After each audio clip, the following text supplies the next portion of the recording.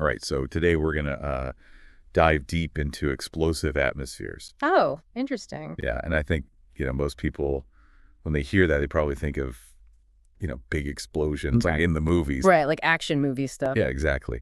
But it's actually a lot more common than you might think, It really is, yeah. even in like everyday places. Oh, yeah, definitely. And, understanding how these atmospheres form and what makes them dangerous, that's really important for safety For sure. in all sorts of industries, but also, just in everyday life, too. Exactly. And speaking of everyday stuff, did you know that even something like flour can be the fuel for an explosion? It's true. Yeah. That's kind of mind-blowing. Yeah, a lot of people don't realize that, but when you think about it, certain substances, when they mix with air in the right conditions, Yeah. they can become real hazards. So we're talking about gases, obviously, like methane, Mainly propane. the big ones you think about, right? Yeah, you think about like industrial settings and stuff. Yeah. But then you also have vapors from like everyday things, gasoline, paint thinner. Okay, so it's not just like the big industrial chemicals. No, not at all.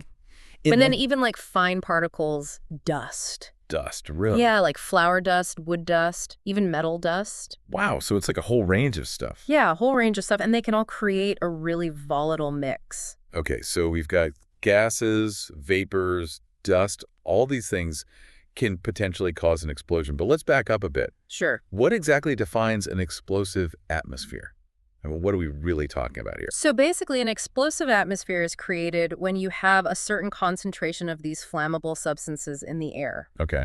And it reaches a point where it can easily ignite and then combust rapidly. So it's not like the air itself is exploding, it's the mixture. Exactly. Yeah, it's the mixture of the air with these fuels that creates the explosion. So it's like a chain reaction, Yeah, you could think of it that way. waiting for a trigger. Right, exactly. And that trigger is the ignition source, right? Exactly. Yeah. Like like a spark. Yeah, like a spark or a flame. Yeah. Anything that can provide enough energy to start that combustion process. Right, and that's where we get the whole fire triangle concept, right? Yes, exactly. The fire triangle is a really good way to visualize this. Yeah, because it's not enough to just have those flammable substances hanging around. No, you need all three elements for an explosion to occur. Fuel, oxygen, And an ignition source. and take away any one of those and no boom. No boom, exactly. So in our fire triangle, we've got the fuel, those gases, vapors, dust we talked about. Right. Oxygen, well, that's just everywhere. Yeah, it's all around us in the air we breathe. Exactly, about 21% oxygen, I think. Yeah, that's right. More than enough to support combustion. Yeah, definitely. But it's that third element, the ignition source, that really sets things off. It is, yeah. And I'm guessing it's not just matches and lighters, right? Oh, no, it could be all sorts of things. What are some examples? Well, you mentioned sparks, so you could have a spark from electrical equipment, a hot surface, like an overheated engine or a piece of machinery. Oh.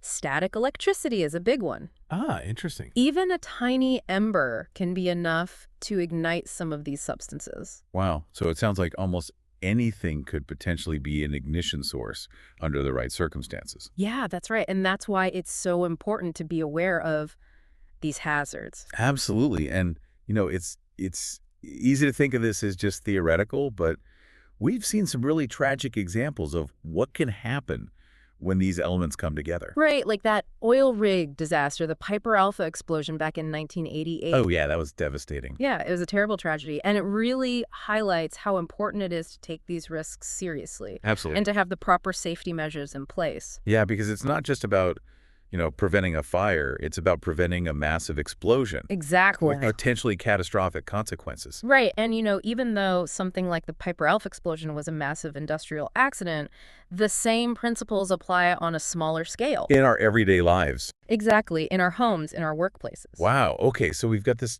fire triangle. We've got these ignition sources. We've talked about gases and vapors.